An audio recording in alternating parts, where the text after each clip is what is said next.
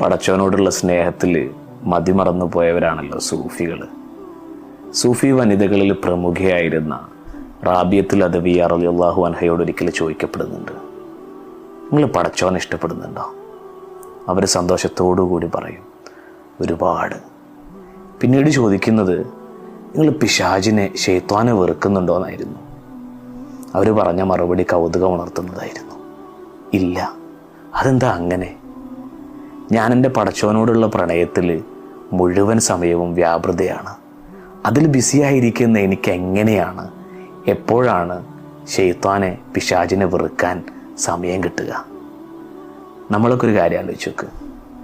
നമ്മളൊക്കെ പടച്ചവനെ ഇഷ്ടപ്പെടുന്നുണ്ടോ?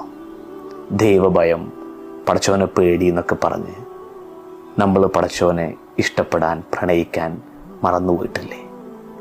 ചില മനുഷ്യരെ കണ്ടിട്ടില്ലേ, സ്വന്തം പിതാവിനെ പേടിച്ച് പേടിച്ച് സ്നേഹിക്കാൻ മറന്നു പോകുന്ന ആളുകൾ. ഭയത്തിനപ്പുറത്തേക്ക് സ്നേഹം വരാത്തിടത്തോളം ഒന്നും പൂർണ്ണമാവുകയില്ല.